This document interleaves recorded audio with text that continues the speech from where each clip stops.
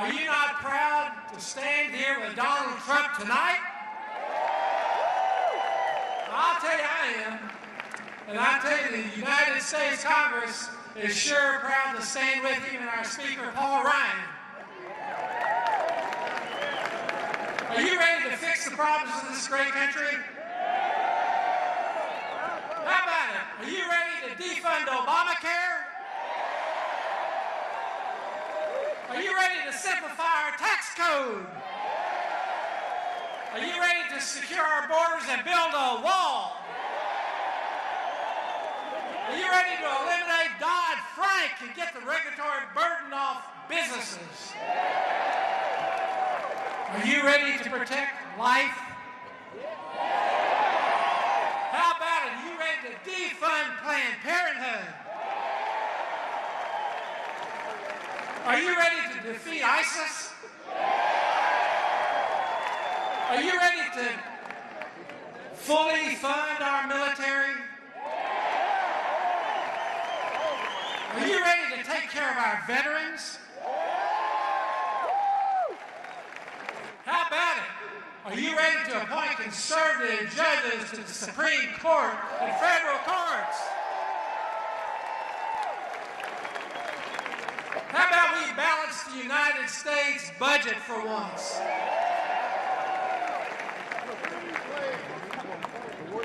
Yes, we're going to do this. Donald Trump has given a vision, he's given a leadership, and the United States Congress stands with the same vision. But I want to thank you tonight. You made this possible. You did.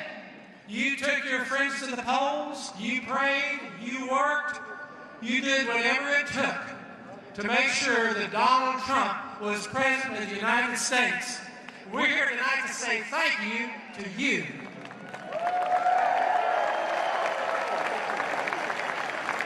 America is the greatest country in the face of the earth. As I travel around throughout this world, working in my role as chairman of the Congressional Task Force on Terrorism, I meet with our military. And I see these dedicated, committed men and women who stand strong so that we can be here tonight. Let's say a big thank you to those military standing for us tonight. Amen. Amen.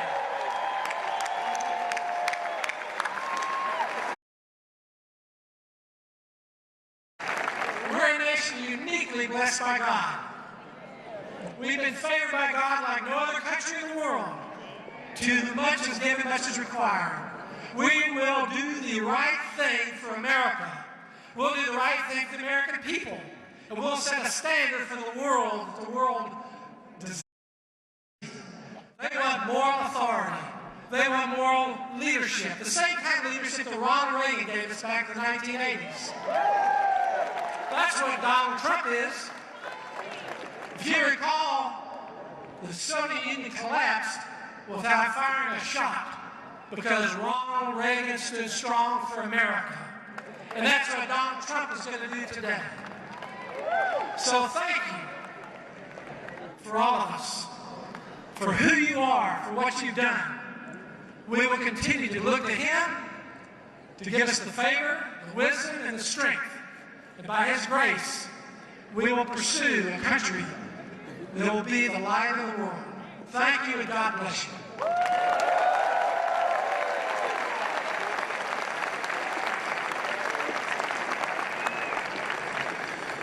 Wow, Congressman Pittenger, you went through that list just as good as Sean Hannity does it.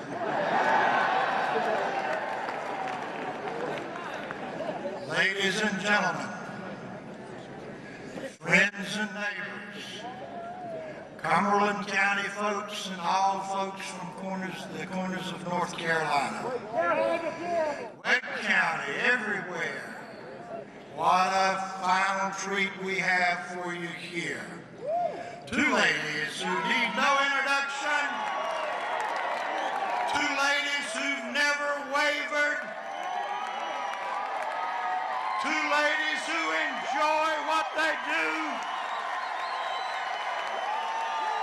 Two wonderful American, patriotic, freedom-loving, liberty turkey-loving, help me welcome Diamond and Seal.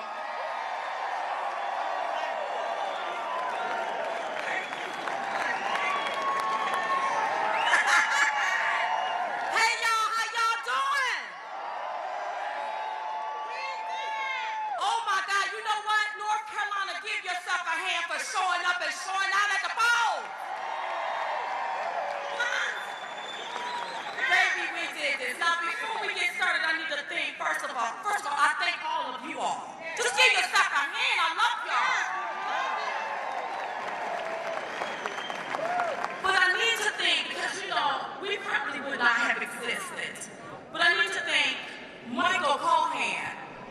I know his name is Cohen, but I call him Cohan. And Lynn Patton for discovering Diamond and Silk. Thank you. Yeah, give him a hand. Thank you, Uncle Mike. And I thank Donald J. Trump for making Diamond and Silk famous. Yes, baby.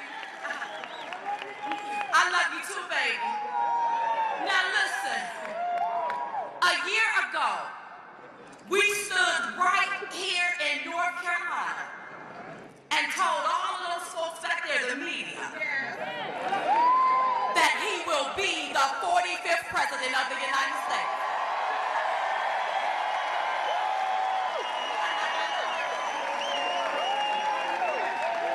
And today, or this evening, Donald J. Trump is the 42nd hand because we can celebrate. We did this. Now you know why Hillary had the media. I got this. When he was a winner, when he announced he was running for president. He's a motivator, a negotiator, a job creator, and now a job saver, y'all. That's what it is. A job saver. And see, I know that the left keep trying to criticize him about saving those jobs. And they keep saying, especially the media, oh, it's going to cost the taxpayers. But you know what? I would prefer as a taxpayer to pay my money towards somebody working than someone sitting on their behind collecting welfare.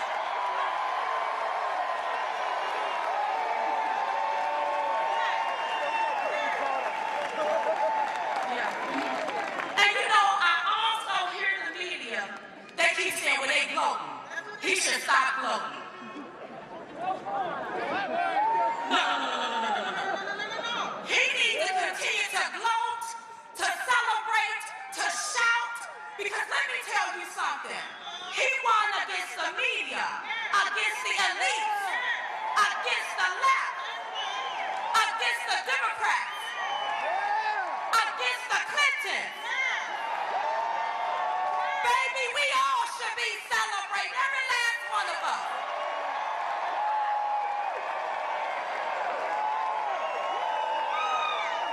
Right? And you know what? If the media want us to stop gloating and celebrating, then tell Jill Stein to stop doing these recounts. Because every time he win again, we celebrate and gloat again.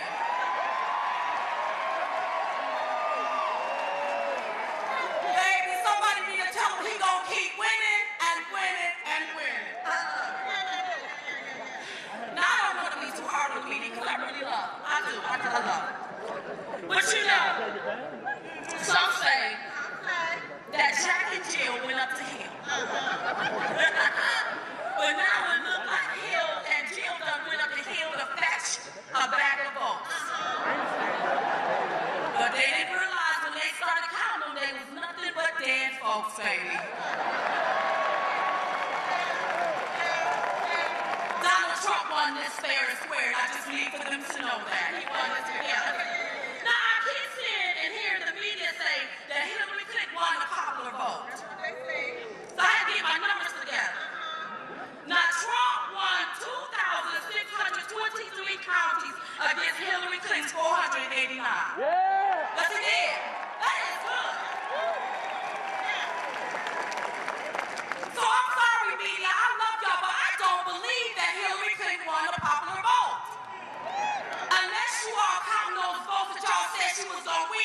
And those people reneged, they didn't even get out and vote for her. Maybe they count that. That's what they count. That's what they count. Because I don't believe she won the popular vote. I don't believe that.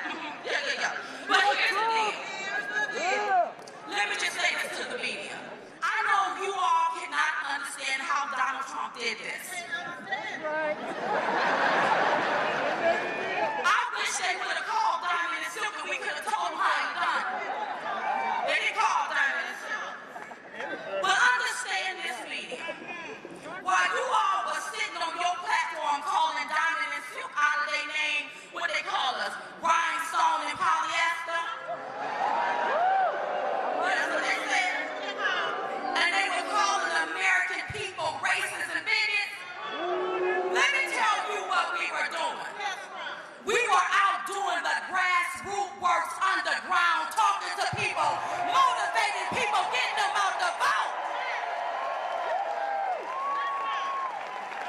How many people was ready for a new future? People was ready to say Merry Christmas again. People was ready to see our veterans being taken care of. People was ready to end all of this political correctness. That's how we run this. But you know what? I got something to say. To all of my black brothers and sisters, every one of you all that got out and voted for Donald J. Trump, you got off that Democratic plantation.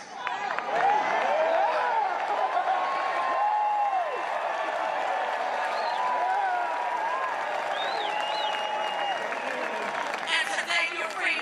Now I want y'all to sit back and relax and watch Donald J. Trump work, baby. I want you to do that.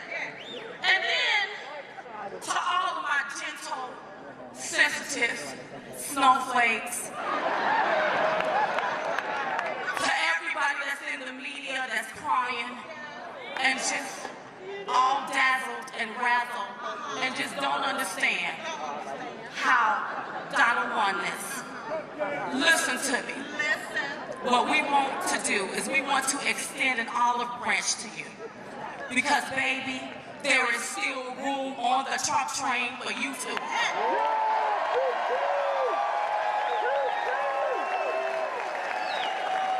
When Donald Trump is saving jobs, he don't care whether you are Democrat or Republican. He don't care whether you black or white. He's going to work for you.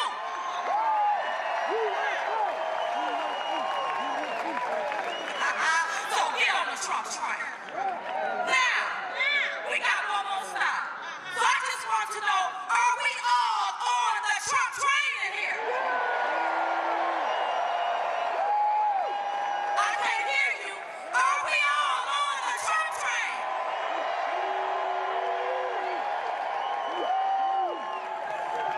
Okay, when I say all aboard, you say choo-choo, all aboard? All aboard? All aboard! All right, y'all, the next stop is 1600 Pennsylvania Avenue. We love y'all.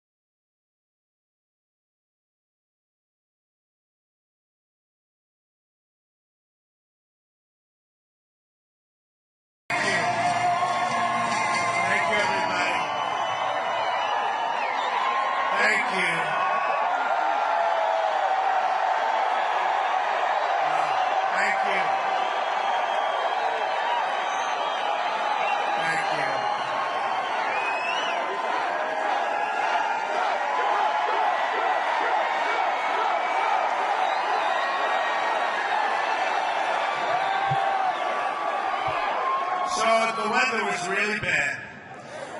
Really bad. And they said, you know, these are great people in North Carolina. They won't mind. But they said, they won't mind, sir, if you canceled and made it another time. And I said, what? And they said, we have a big crowd, but they won't mind just because the weather was so terrible. So I said, you gotta be kidding. So we've been driving for 2 hours. We landed at like a long ways, but there was no way that we weren't showing up tonight. That I can tell you. We couldn't land at your local airport. We landed a long ways away. I said, what? Let's put it this way, the drive was about 3 times longer than the flight. But we made it. That's all that matters, right? We made it.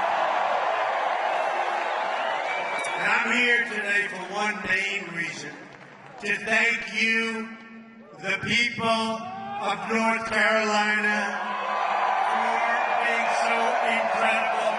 We want to thank you. You went out and pounded the pavement, you organized your fellow citizens, and propelled to victory a grassroots movement, the likes of which nobody has ever seen before. And that's beyond our country.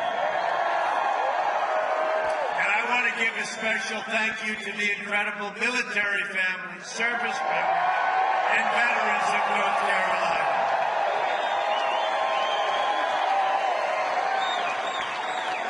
And they were great.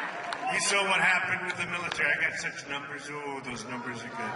I won't talk about it. We don't talk about numbers. We bring people together. But boy, were those numbers good. Do we love our veterans? We love them. Your state's legacy of service is an inspiration to us all. North Carolina has produced many of the finest soldiers, airmen, sailors, and Marines the world has ever seen. So true. Our men and women in uniform represent the absolute best of us. We must follow their example, working in unison toward a shared goal across every social, racial, and economic line. They understand that to accomplish the mission, we must all be pulling in the same direction. We have to get together. They know that we must leave no man or woman behind. These patriots have shed their blood to defend our country in distant fields of battle across the earth. Our debt to them is eternal and everlasting. Amazing. Amazing. And you know, we have a very special person here today who we're going to introduce.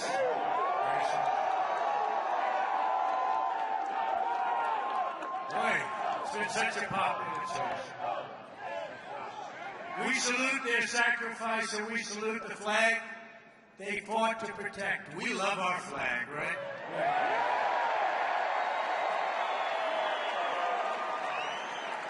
We love our flag. And we don't like it when we see people ripping up our flag and burning our flag. We don't like it. And we'll see what we're going to do about that, okay? We're going to see. Tomorrow is the 75th anniversary of Pearl Harbor. It's a milestone that marks the ultimate sacrifice of those who wear the great uniform. It's a reminder, too, of the valiant efforts of America's fighting men and women who have liberated millions from tyranny and oppression. Now today, our brave men and women are the first in line defense against radical Islamic terrorism, words that some people don't like to say, an ideology of death that slaughters innocent men, women, and children. We're going to protect our people. We're going to protect our country, believe me. In every generation, a new threat to freedom arises. And just as we defeated these threats, we faced generations in the past, and you understand that, so too will we defeat the forces of terrorism. It's unseen in many cases, but we're going to defeat that force. And we're going to defeat it strongly and quickly. We'll keep fighting. We will prevail. We stand here today just miles from Fort Bragg, the home of heroes. The home of heroes. Our special forces at Fort Bragg have been the tip of the spear in fighting terrorism. The motto of our Army Special Forces is to free the oppressed. And that is exactly what they have been doing and will continue to do. At this very moment, soldiers from Fort Bragg are deployed in 90 countries around the world. Can you believe that? 90 countries. Based in Fort Bragg is the 82nd Airborne Division, also known as the All-American Division. We stand in awe of their achievements. We really do.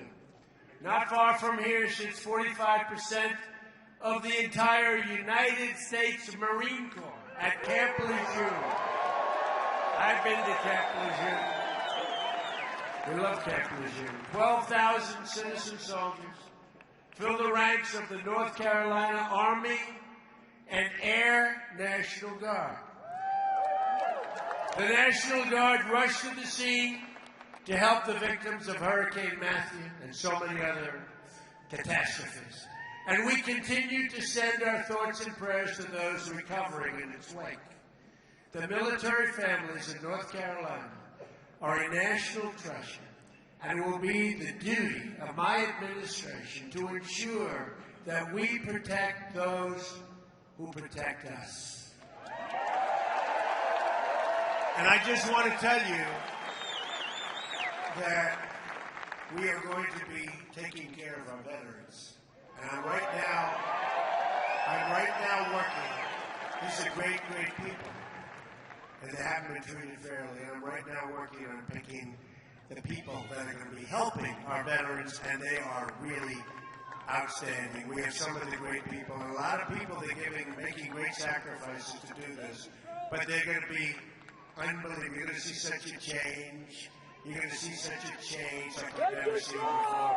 We're going to protect and help our veterans. Believe me.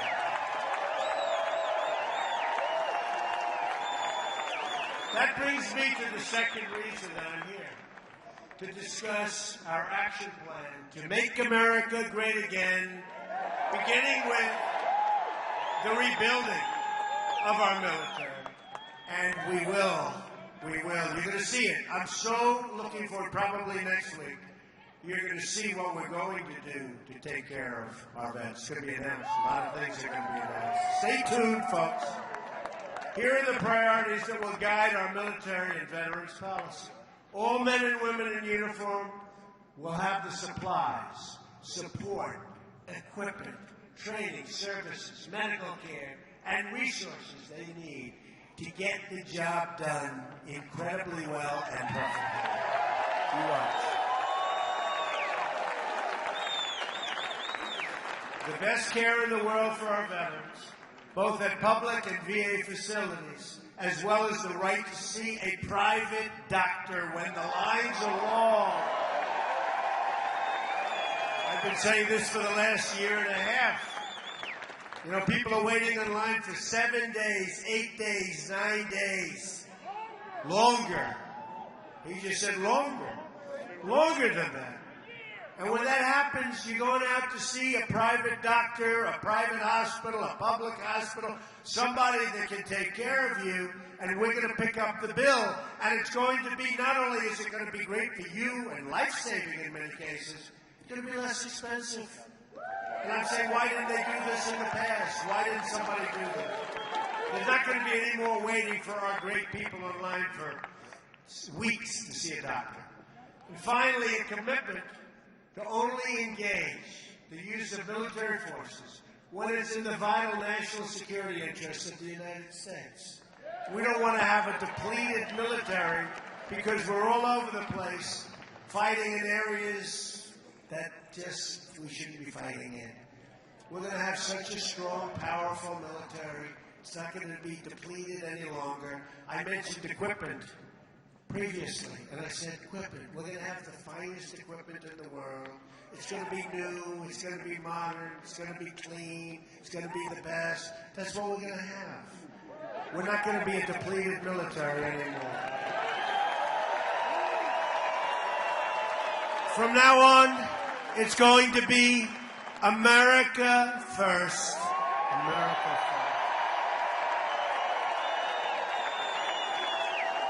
We will stop racing to topple foreign, and you understand this, foreign regimes that we know nothing about, that we shouldn't be involved with. Instead, our focus must be on defeating terrorism and destroying ISIS. And we will.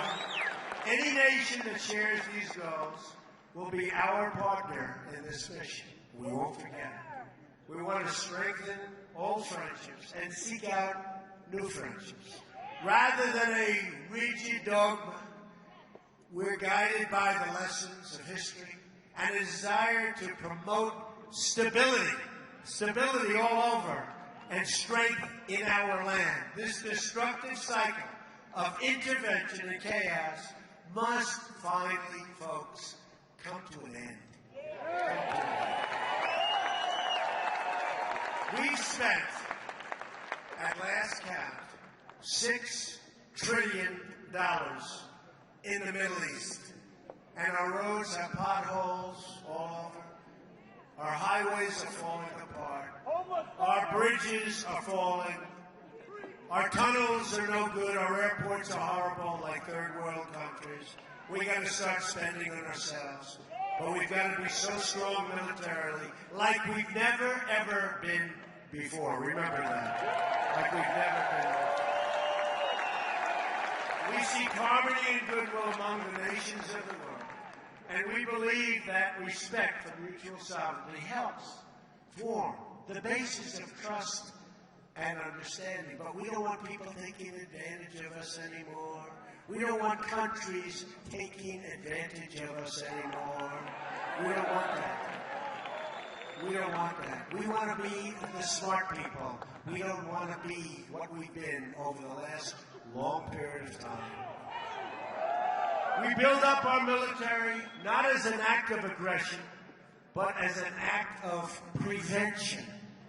We pursue and build up arms not in order to seek conflict, but in order to avoid conflict. We want to be strong. In short, we seek peace through strength.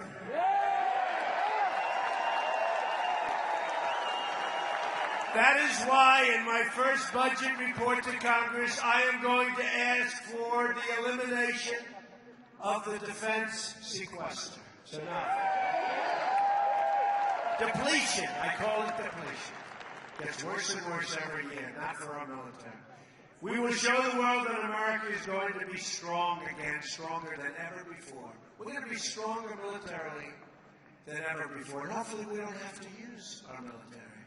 But we're going to be stronger than ever before. And there's rarely been a time when we've needed this strength more than we have right now. But in order to succeed with our defense policy, we must find the right person to lead our Defense Department. Is that right?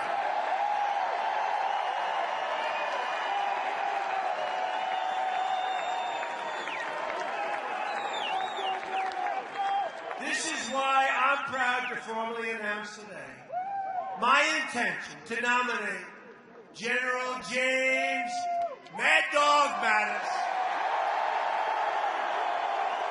as the next Secretary of Defense for the United States of America.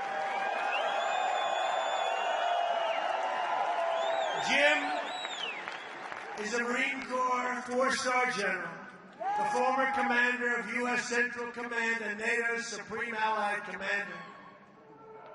For transformation, this is going to be so great for us. He led an assault battalion in Operation Desert Storm.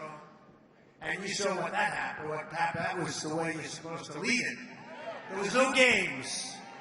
Mad Dog plays no games, right? Led the forces that went after the Taliban and commanded the 1st Marine Division in Iraq. He is one of the most effective generals that we've had in many, many decades. An extraordinary leader of our time who has committed his life to his love for our country. General Mattis is the living embodiment of the Marine Corps motto, Semper Fidelis, always faithful.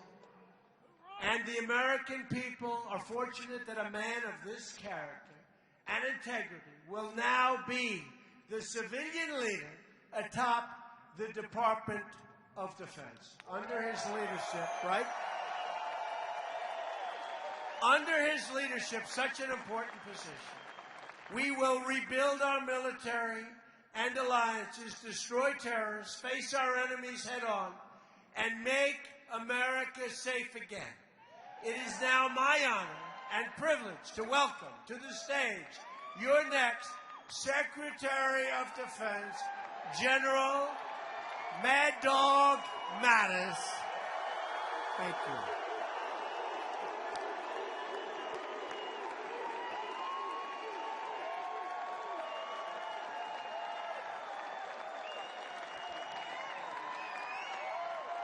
Thank you. Thank you, ladies and gentlemen.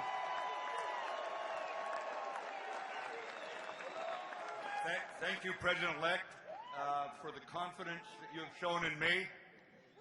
Thank you for the opportunity. I'm grateful for the opportunity to return to our troops, their families, the civilians of the Department of Defense, because I know how committed they are and devoted they are to the defense of our country, the defense of our Constitution. And with our allies strengthened, with our country strengthened, I look forward to being the civilian leader so long as the Congress gives me the waiver and the Senate votes to consent.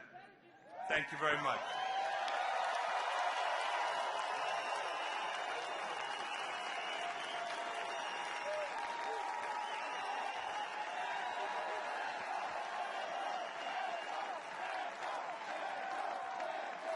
What a great guy. He's going to be incredible. He'll get that waiver, right? He's going to get that. Oh, if he didn't get that waiver, there'll be a lot of angry people. Such a popular choice. I believe we're in the process of putting together one of the all-time great cabinets that has ever been assembled in our nation's history. We have some great people going to be named over the next couple of days, too. But to accomplish our goals, we must reject the failed approaches of the past. We must move past the tired conventional thinking of Washington, D.C.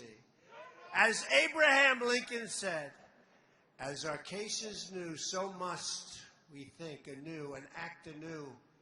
My plan begins with bold structural reform to create millions of good-paying jobs and even great-paying jobs. You've been seeing what's been happening over the last couple of weeks. And we haven't gotten there yet. We haven't gotten there. We were very proud of saving 1,100 jobs in Indiana with the help of Mike Pence, Vice President-elect. It was incredible. We're very proud of Mike Pence, by the way. Whether it's producing steel, building cars, or curing disease, we want the next generation of innovation and production to happen right here in America and right here in North Carolina. And don't forget, when we started, even 4 weeks before, they said, well, we're going to have an awfully hard time winning Florida, an awfully hard time winning North Carolina. We're not going to win Pennsylvania. We're not going to win Michigan. We're not going to win Wisconsin. We're not going to win Iowa. And Ohio's going to be tough. So it started out, we won Ohio by more than 8 points. We won Iowa by a massive number, 10 points. Then we went down and we won Florida. Remember that fantastic evening? We have breaking news. Donald Trump wins Florida. Donald Trump wins North Carolina.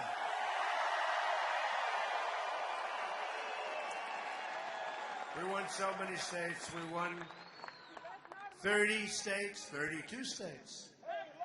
We won so much, and we just kept winning. And then we topped it off by winning Pennsylvania, winning Michigan, winning, right?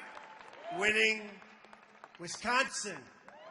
States that hadn't been won in 38 years, a lot of states. And it was a fantastic evening, and that's why we're here tonight, because we want to thank you. We want to thank you, especially. First on taxes. We're going to undertake one of the great tax reforms and simplifications in American history. This includes lowering the tax rate on business from 35% all the way down to 15%. And massive tax cuts, by the way, for middle-class workers. Massive. The biggest. Biggest since Reagan, actually bigger than Reagan. On regulations, we're going to eliminate every single wasteful regulation that undermines the ability of our workers and our companies to compete. The regulation business is a disaster in our country. We're going to get rid of all of the unnecessary regulations. On energy, we will cancel the job-killing restrictions on the production of American energy and pursue American energy independence, and we'll be able to do it. Honoring the legacy of Theodore Roosevelt, believe it or not, one of our great environmentalists, we will also conserve and protect our beautiful natural resources for the next generation, including protecting lands and anglers and hunters and all of those who enjoy the outdoors, like my sons, Don and Eric. They enjoy the outdoors. They enjoy it. They love it. On infrastructure, I will ask Congress to pass legislation that produces $1 trillion of new investments in America's crumbling infrastructure, including major projects in our inner cities. We're going to take care of our inner cities. We're going to get the inner cities going again. Remember, I used the expression, what the hell do you have to lose? I'm telling you, you're going to see. And I want to thank, we did so well, so much better with African-American communities, with Hispanic communities than anybody ever anticipated. So much better. Better than has taken place in years back. So I want to thank the African-American communities. I want to thank the Hispanic communities. And we're starting to work already. We're working already. And the appointment today of Ben Carson has been very popular, very well received. Dr. Ben Carson. Good guy. Great guy.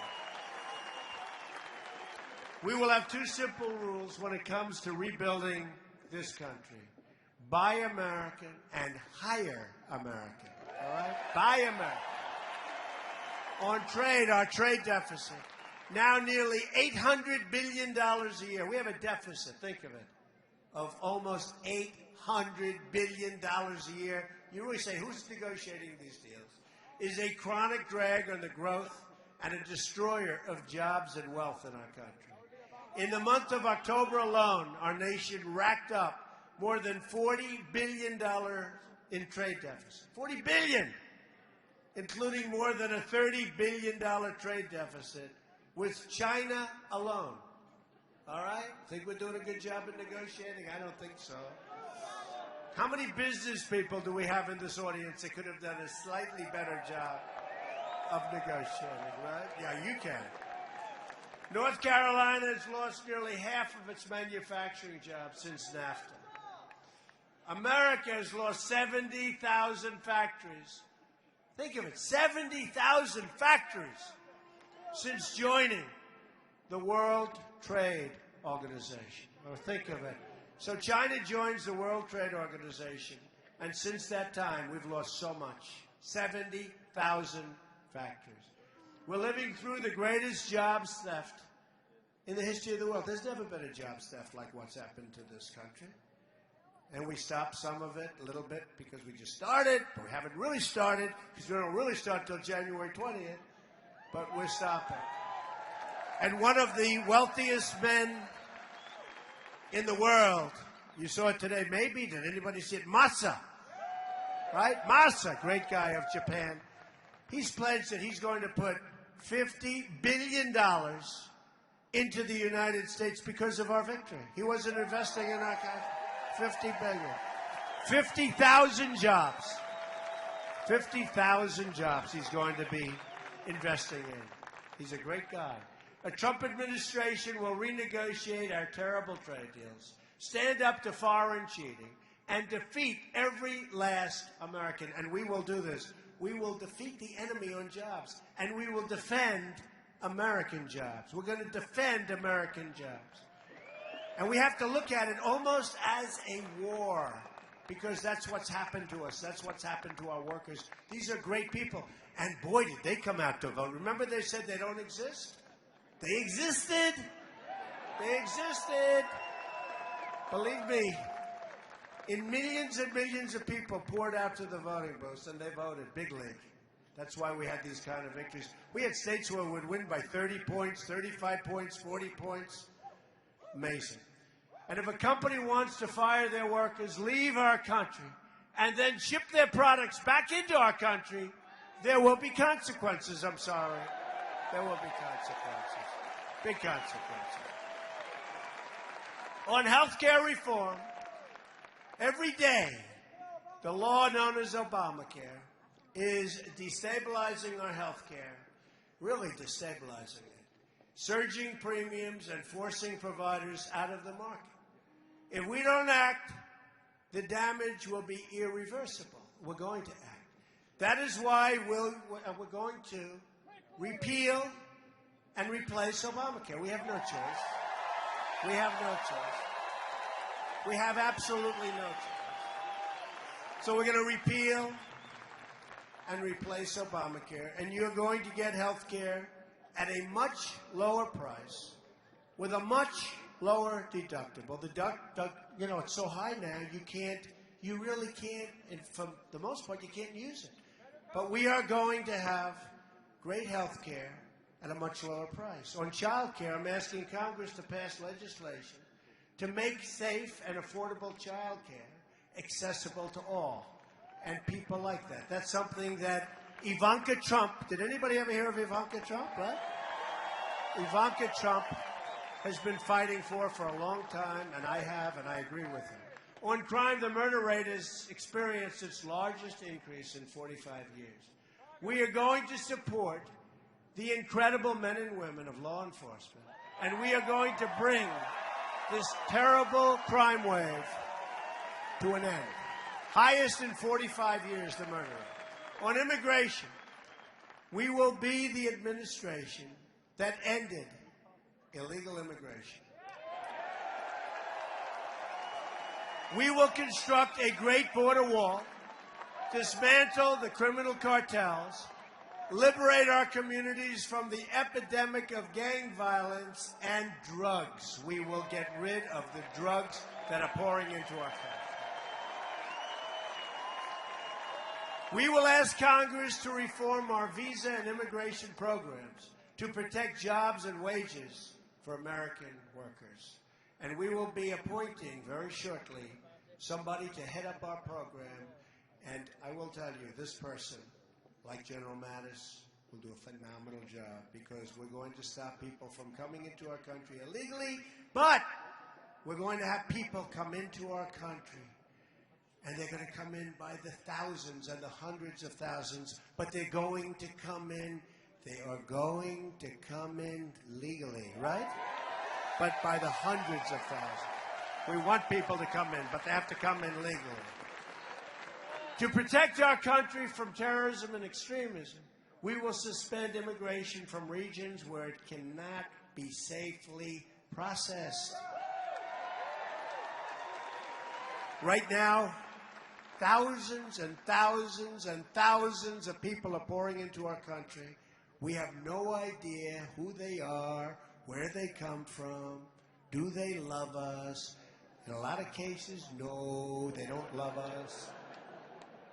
A Trump administration will always put the safety and security of the American people first. Okay, remember that. Safety of the American people. Ethics reform will be a crucial part of our 100-day plan as well. We're going to drain the swamp of corruption in Washington, D.C. I will impose a 5-year ban on executive branch officials becoming lobbyists and a lifetime ban on officials becoming lobbyists for a foreign government. We face many, many challenges, but this is truly an exciting time to be alive in our country and hopefully to be alive in many other locations, because we are representative to a large extent of what's happening in the world. The world is looking up to us, but they haven't been looking up to us much. And they are going to start looking up again. We're going to be good for the world, not just good for our country. The script to what we're doing is not yet written.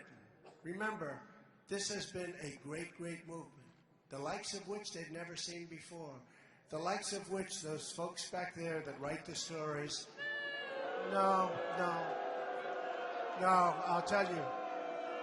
And they're saying it. They've never seen anything like this before. It's one of the great political phenomena of all time. And we're going to show them. We're going to do a great job. We're going to create a safe country. We're going to create a prosperous country. We're going to have jobs again, great jobs, not bad jobs, real jobs. And it's going to be something special. And hopefully they're going to write the truth. We do not know what the page tomorrow will read. But for the first time in a long time, what we do know is that the pages will be authored by each and every one in this room and in our country, by you. It will be authored by you. Together, we will raise incomes and create millions and millions of new jobs. It's going to happen. It's already happening. You see what happened today. We will reestablish the rule of law and defend the Constitution of the United States. And by the way, we will be appointing great, great Supreme Court justices. You see. We'll be starting very soon with one to replace Justice Scalia. Great man. We will protect the right of every American to live in safety and peace. We will restore and respect, and we will respect people's rights. We will respect constitutional rights. And for all America, we will respect our great American flag again. Believe that. We will heal our divisions and unify our country. When Americans are unified, there is nothing we cannot do. Nothing. No task is too great, no dream too large, no goal beyond our reach. My message tonight is for all Americans, from all parties, all beliefs, all walks of life. It's a message for everyone. No matter your age, your income, your background, I'm asking you to join us in this great, great adventurous world that we're living in. We're going to make it less adventurous. We're going to make it safer and better than it's ever been before. I'm asking you to dream big again as Americans. I'm asking you to believe in yourself, to believe in your country, and to believe in your future. So we've got a great future. What I've seen more than anything else is how great the future of our country is going to be.